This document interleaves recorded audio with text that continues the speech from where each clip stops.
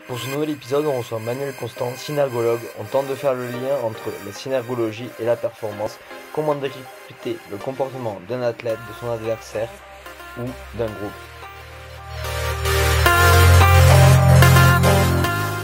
Bienvenue dans le Setup Podcast, le podcast où je vais à la rencontre des entraîneurs et préparateurs physiques du monde de haut niveau pour tenter de répondre à la question « Comment construire un athlète ?» Salut Manuel. Salut Gaël. Tu vas bien? Oui, ça va très bien, merci. Merci de l'invitation. Avec grand plaisir. Un podcast un petit peu particulier avec, tu vas nous l'expliquer, un domaine qu'on n'a encore jamais vu. Si tu pouvais commencer du coup par te présenter. Manuel Constant, synergologue. Je suis formateur en communication non verbale. En fait, tu m'avais demandé de prime abord de définir un peu qu'est-ce que la synergologie. La synergologie, en fait, c'est l'analyse du langage corporel, qui est communément appelé body language. Donc, finalement, c'est l'analyse de tout type de mouvement qui est fait en contexte d'interaction entre deux individus. Génial. Euh, c'est un domaine qui est très éloigné de la performance et je pense qu'on va tenter de faire des liens avec, entre ces deux domaines-là. Quand on s'est envoyé des messages pour faire le podcast, la première chose qui nous est venue, c'était tout ce qui était adversaire, sport de combat. Comment la synergologie elle peut nous permettre de décrypter l'adversaire?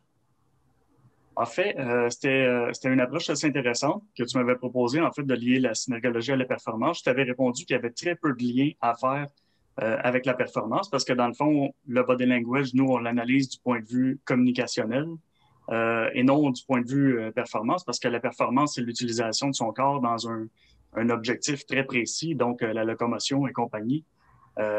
Donc, c'est pas très communicationnel, voire pas du tout. Par contre, il y a quelques petits liens qu'on peut faire quand même avec ça. J'ai une collègue qui avait fait un travail de recherche sur lorsque les gens arrivaient dans l'arène. Je me souviens plus si c'était des judokas ou des karatékas, mais je me souviens que dans 72 des combats, elle pouvait prédire le combat avec un seul item, un seul indice corporel, puis c'était le fait d'avoir le menton plus élevé que son interlocuteur, pardon. Ça signifie avoir une grande confiance en soi ou se sentir supérieur par rapport à son environnement ou son interlocuteur. Donc, à partir de là, elle voyait la personne entrer, les deux personnes entrer dans l'arène, puis 72 du temps, elle pouvait prédire l'issue du combat. Et c'était simplement de l'assurance, de la confiance, ou ça mettait une attitude du coup de soumission à l'adversaire? Parce que l'adversaire qui n'avait pas le menton bas, est-ce qu'il se mettait dans une position entre guillemets de perdant? En fait, ce qu'elle observait, c'était vraiment la personne qui avait le menton le plus élevé. Donc, les deux pouvaient avoir le menton élevé, mais la personne qui avait le menton le plus élevé était la personne qui était le plus en confiance. Donc, ça résultait le trois quarts du temps en des combats qui étaient victorieux. D'accord. D'après toi, qu'est-ce qui fait que ce menton est haut et ça nous donne une issue favorable au combat? Ça, c'est très délicat pour la synergologie parce que nous, en fait, en synergologie, c'est qu'on fait de l'observation empirique, puis on émet des hypothèses, ce qu'on appelle des horizons de sens. Donc, à partir des gestes qui sont définis, classifiés, répertoriés, on attribue un horizon de sens à ça. Puis parfois, ils s'accumulent, ces gestes-là.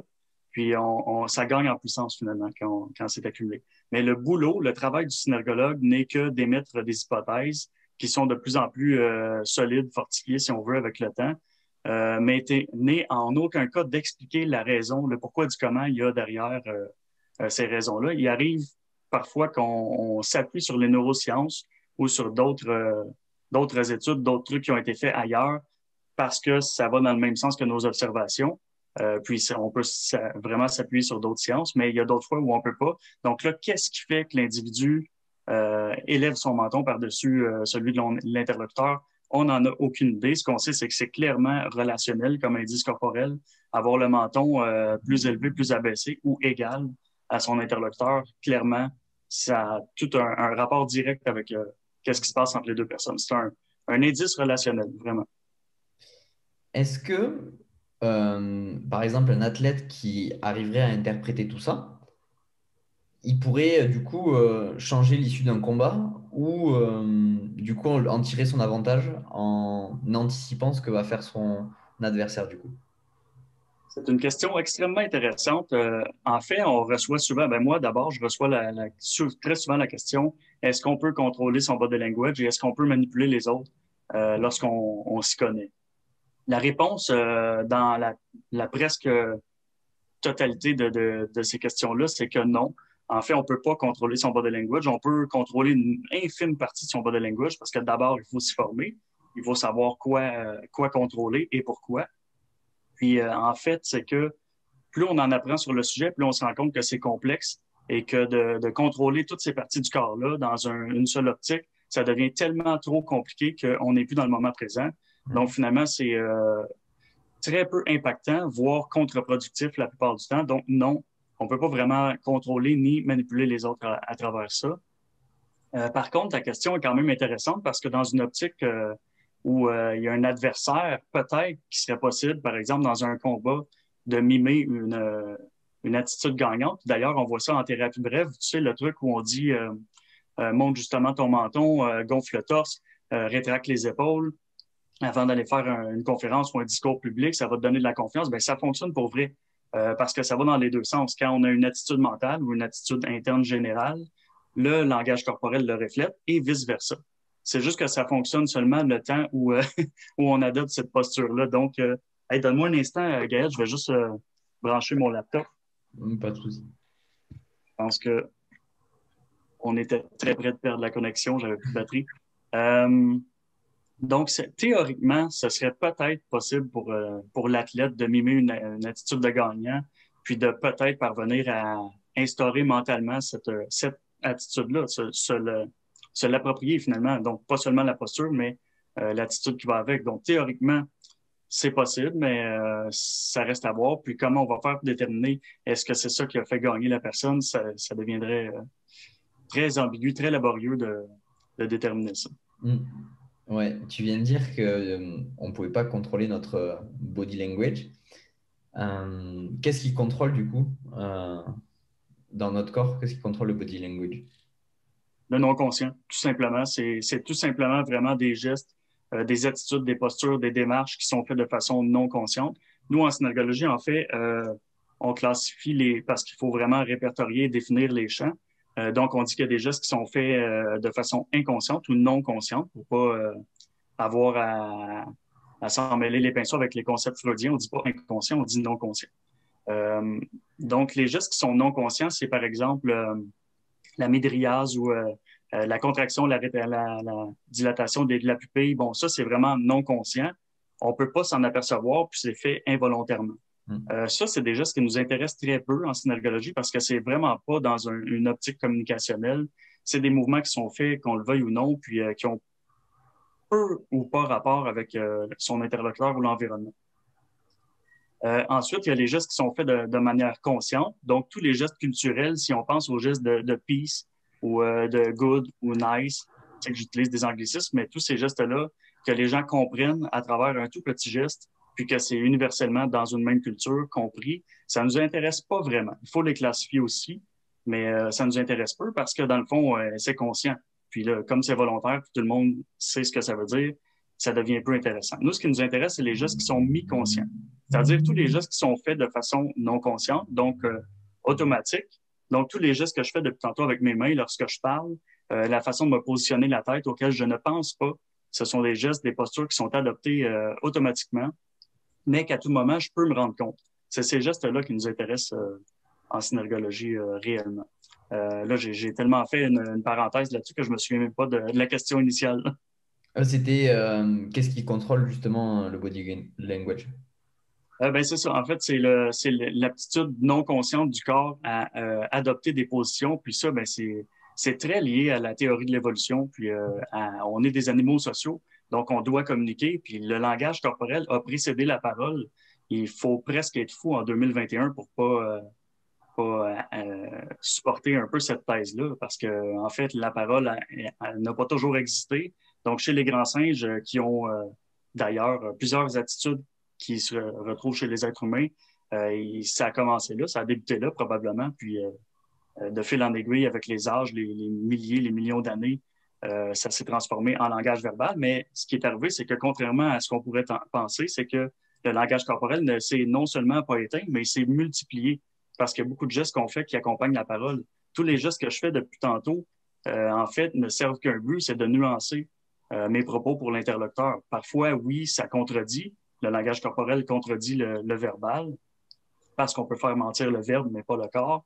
Mais dans la plupart des cas, ça sert à nuancer les propos parce qu'on ne fait pas de gestes seul dans son salon. Il faut parler pour faire des gestes avec les mains, je parle. Donc, c'est clairement non conscient. À partir de là, ben, c'est ça, c'est la thèse de la théorie de l'évolution. Je vois rien d'autre qui puisse vraiment appuyer ça. Hmm.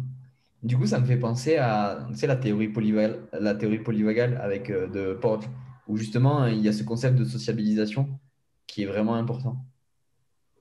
Mm-hmm. Est-ce que il y a des liens entre tout ça déjà ou... Mais oui, il y a des liens à faire. En fait, on a quelqu'un qui est venu présenter à l'Institut de synergologie l'an dernier sur la théorie polyvagale. Il y a des liens. Là, c'est pas à moi de les faire, puis c'est quand même assez complexe de faire les liens entre les deux parce qu'il faut vraiment être... tu sais, dans le fond, cette conférence-là était uniquement offerte aux synergologues parce qu'il faut avoir justement la vision des deux mondes pour rentrer dans cette question-là. Mais oui, il y a des liens à faire. Quelques liens. Et justement, quand on voit comment elle conditionne un peu la vie de l'athlète, cette théorie polyvagale, elle peut faire que l'athlète soit très bien, très performant, comme pas bien du tout, même émotionnellement et dans toutes les sphères de sa vie. Est-ce que ça peut nous permettre de déceler chez un athlète des problématiques ou des choses qui peuvent nous alarmer?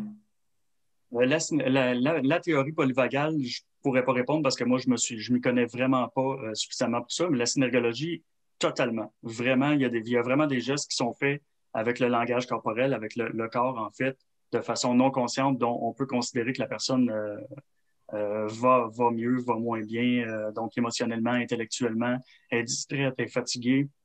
Tous ces trucs-là se repèrent corporellement. En fait, il y a une infinité de non-dits qui se passent à chaque seconde chez chaque individu. Il y a vraiment beaucoup, beaucoup, beaucoup de trucs à regarder. Mm. Plus que passer, même. Ouais. Tu aurais des exemples?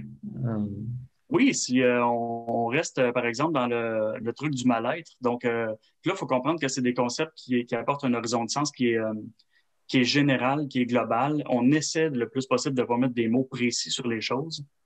C'est pour ça que moi, dans mes cours, dans mes formations, j'enseigne à bien répertorier plusieurs synonymes qui tournent alentour d'un même état, parce qu'on voit bien que c'est un état général, mais après, mettre un doigt dessus, ce serait prêter des intentions, voire même pire, prêter des émotions, étiqueter la personne. Mais si on reste dans le concept du mal-être, en termes général, un individu qui manifeste, on voit le blanc sous son œil gauche.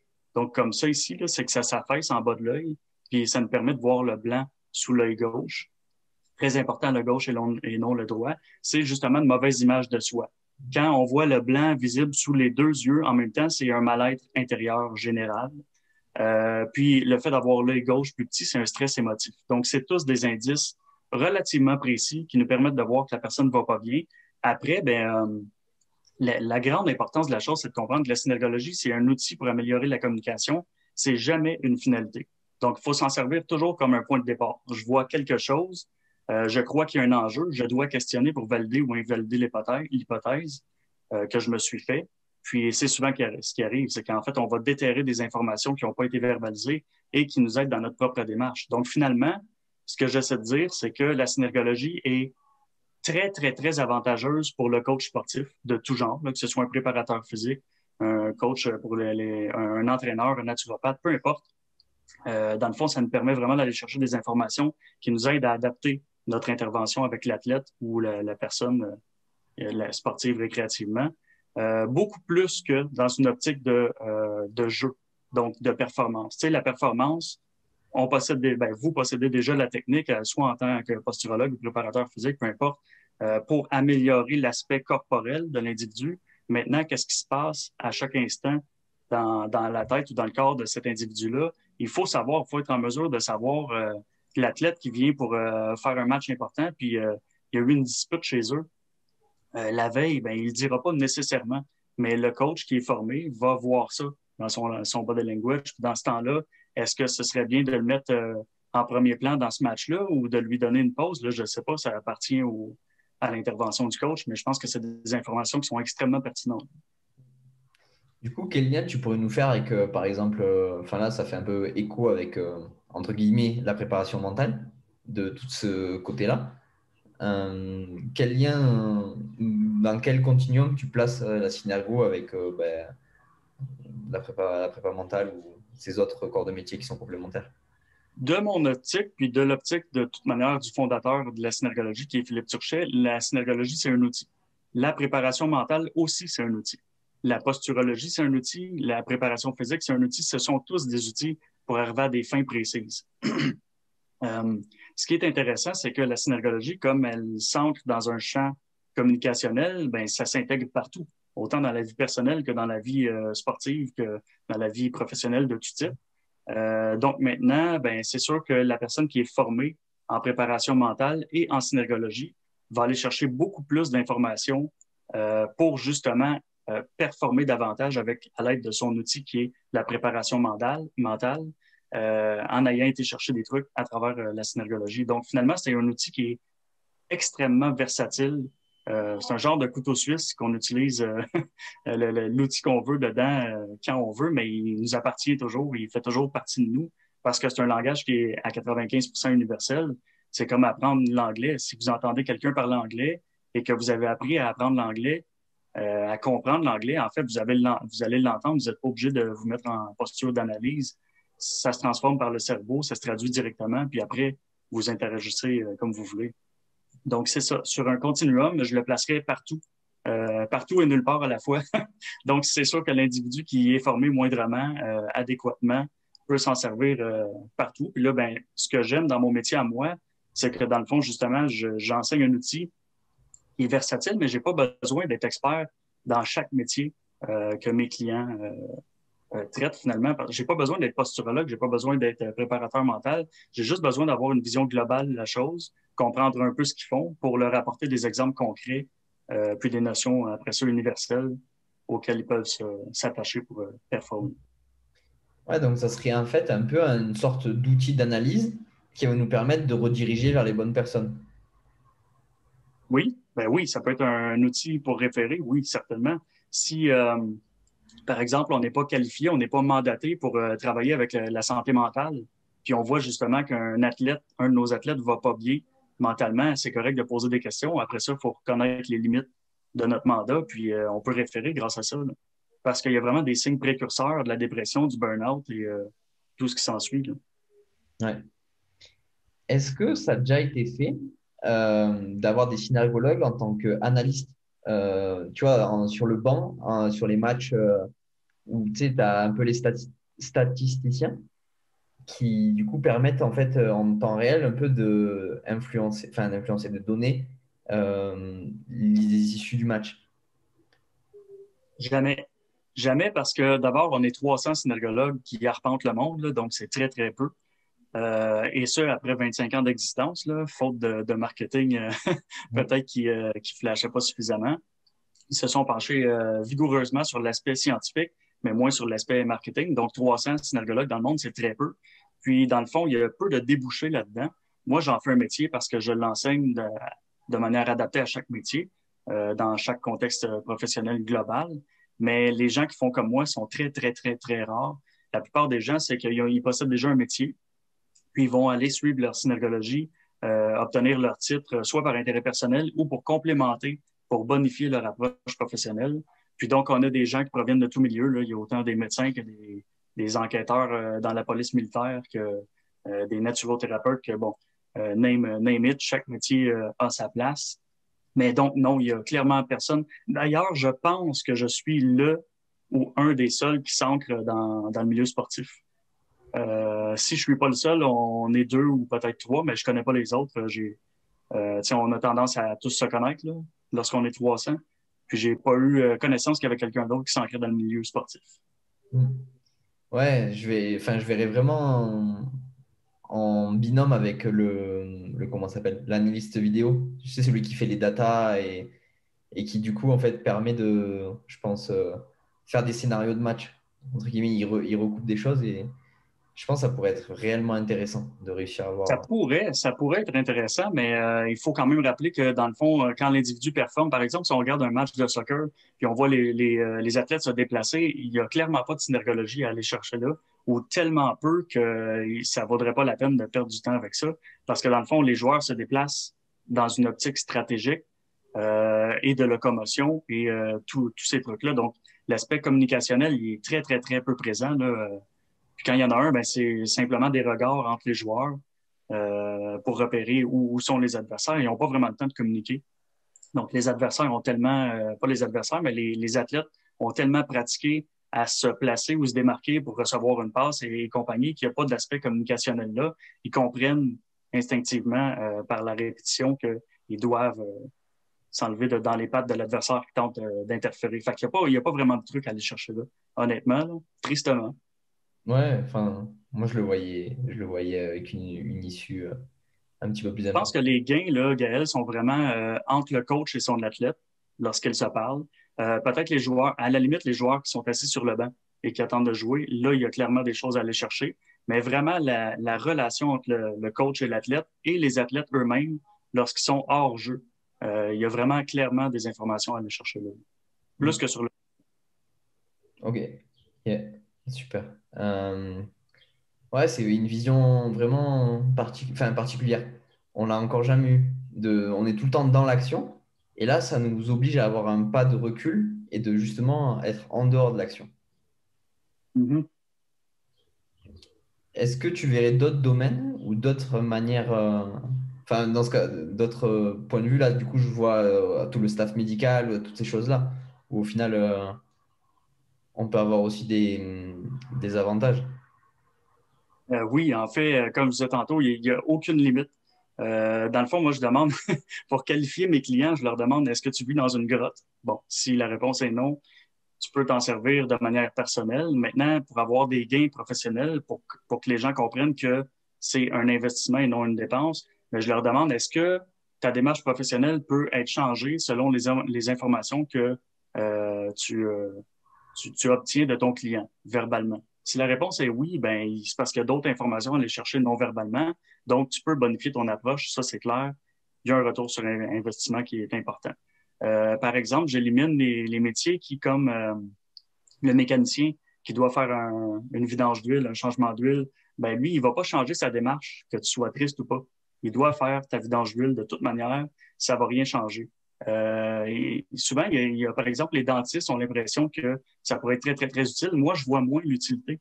De là, aller chercher des gains extrêmes, je pense pas. Tu sais, si tu vas te faire un traitement de canal, que tu sois en dépression ou pas, et tu as pris un rendez-vous pour aller faire ton traitement de canal, je vois très peu ce qui pourrait changer dans l'approche professionnelle. Mais dès qu'on sort de là, ça devient extrêmement pertinent. C'est sûr que dès qu'il y a une notion de coaching, que ce soit en relation d'aide pure, là, psychomachin et compagnie, ou dans le coaching, que ce soit d'affaires ou en coaching sportif, parce que moi, je proviens du milieu du coaching sportif, ben là, que ce soit de la naturopathie, quelqu'un qui est nutritionniste, psychologue sportif, entraîneur, préparateur physique, le gain est immense parce que tu passes énormément de temps avec tes athlètes à les coacher dans le bureau, pas juste dans le gym ou sur le terrain. Donc là, ben, finalement, il y a aussi le milieu des affaires qui est extrêmement large. On pense aux recruteurs, à l'enquête policière, aux ressources humaines, aux gestionnaires. Bon, donc, c'est une infinité de domaines et de métiers qui ont intérêt à s'y former. Ouais, parce que du coup, même pour recruter un nouveau joueur au sein du club ou des choses comme ça, c'est des choses qui seraient intéressantes. Hum, absolument. Mm. Et à la sens inverse, Absolument, ouais, parce vas-y. qu'au-delà de la notion de performance de l'individu, de l'athlète, reste quand même que son comportement doit, j'imagine, être ciblé pour l'acquérir au sein d'une équipe. Ou sinon, ben, un coup il est acquis, ce joueur-là, ben, il faut quand même avoir une vision de ce qui se passe entre les joueurs, puis développer le leadership, puis le comportement des différents athlètes. Mm. Ouais, donc même pour la gestion d'équipe, ça peut être intéressant. Et Mhm. pour comment ça s'appelle? Pour le joueur, ça peut même rentrer en compte quand il doit négocier son contrat. Bon, les grands joueurs, ils ont des agents, mais du coup, ça peut même être sur ces plans-là ou réussir à avoir un contrat dans une équipe. Absolument. La négociation, ça fait clairement partie des gains, là, des métiers qui ont des gains ou des situations dans lesquelles on peut aller chercher des gains. Ben écoute, Donc, tu sais, la négociation, mais aussi la médiation, puis tout ce qui est échange entre deux individus. C'est aussi simple que ça. hmm, ouais, ben écoute, je sais pas si tu vois d'autres domaines sur lesquels on peut les appliquer à la performance. Non, pas tellement. Je pense juste à une anecdote parce que j'ai été, à un moment donné, invité dans un podcast qui parlait de basketball professionnel. Puis, dans le fond, il me posait un peu les mêmes questions que tu m'as posées. Donc, comment en créer de la synergologie, comment l'utiliser sur un terrain. Puis, dans le fond, justement, il n'y a pas un million de réponses, mais je parlais des joueurs qui sont sur le banc, puis il me parlait de quand j'ai un tir de barrage à faire ou des trucs, des termes que je connais pas du tout, mais quand il y a un tir à faire, puis on doit choisir un joueur, ben, il me demandait quel joueur choisir. Ben là, clairement, ça revient encore le truc d'avoir le menton dans les airs, puis d'être en confiance. Donc, l'individu va prendre le plus de place possible dans l'espace, autant avec son torse en épaisseur qu'en largeur avec les épaules et les bras, qu'en hauteur avec la tête et le fait de se remonter corporellement, soit sur le banc ou soit en position debout. Ça nous indique que c'est un joueur qui est confiant. Donc, est-ce qu'on va choisir celui-là ou à l'autre extrême, un joueur qui détourne le regard ou qui regarde par terre, qui se fait petit dans tous les sens du terme? Évidemment, on va prendre le joueur qui est le plus confiant. Je pense que ce serait la logique de la chose. Donc, c'est une simple anecdote qui peut peut-être ouvrir les yeux là, Hmm, sur comment s'en servir sur les joueurs sur le banc. ouais. Est-ce que tu as déjà fait des liens avec tu sais, les masques de Louise, j'ai perdu le nom, Louise Bourbeau, je crois. C'est les cinq blessures de l'arme. Et en fait, tout ce que tu décris là, c'est ce qu'elle décrit dans ses masques et dans ses blessures. J'ai très peu, en fait, étudié la question des 5 blessures. Même si j'ai fait un paquet de trucs à travers la personnalité puis le comportementalisme, j'ai peu touché aux 5 blessures, donc je ne pourrais pas faire de lien immédiat avec ça, étroit. Ouais, parce que ce que tu me décrivais avec les paupières qui tombent, des gens qui sont grands, épais, ou alors des gens qui veulent se faire tout petits, c'est des choses Mhm. dont tu parles. Je devrais m'y mettre. Ouais, non, mais ouais. En plus, elle est de chez toi. OK, ben oui, j'ai déjà suivi un peu l'historique de cette dame-là parce que justement, ça m'intéressait de savoir quelle était la provenance de cette histoire-là des 5 blessures. Puis je me suis rendu compte qu'il y a beaucoup de choses qui sont très intuitives là, dans le processus, là, chose qui est moins synergologique. Là. Nous, on fait vraiment dans la réfutabilité puis la scientificité. Mais quand même, il peut y avoir des trucs qui, de manière intuitive, qui sont intéressants. Hmm. Après, je pense elle dit tout le temps une phrase, je pense enfin, elle va rejoindre ce que tu dis, c'est que elle dit tout le temps le corps, si vous avez un doute, le corps ne ment jamais. Complètement d'accord avec ça. Donc, du coup, je pense que vous avez des choses en commun. Oui, je vais m'y mettre. Ça sera parmi mes prochaines lectures. Ah, ben écoute, génial. Bon, ben super. Un podcast vraiment original, du coup. Vraiment intéressant. J'imagine, parce que toi, ça s'adresse davantage aux préparateurs physiques, si je me trompe pas. Ouais, athlète, préparateur physique, enfin, les gens du monde de la performance. OK. Donc du coup, c'est vraiment, entre guillemets, tout le monde. Mhm. Ben, ça rejoint quand même une bonne partie de ce que je fais parce que le coaching sportif, c'est très large. Mm. Puis je travaille souvent avec des coachs sportifs. Je forme beaucoup de coachs sportifs de tout niveau, de tout genre. Là. Donc, ça me parle beaucoup. Ben écoute, ben ouais, génial. Génial.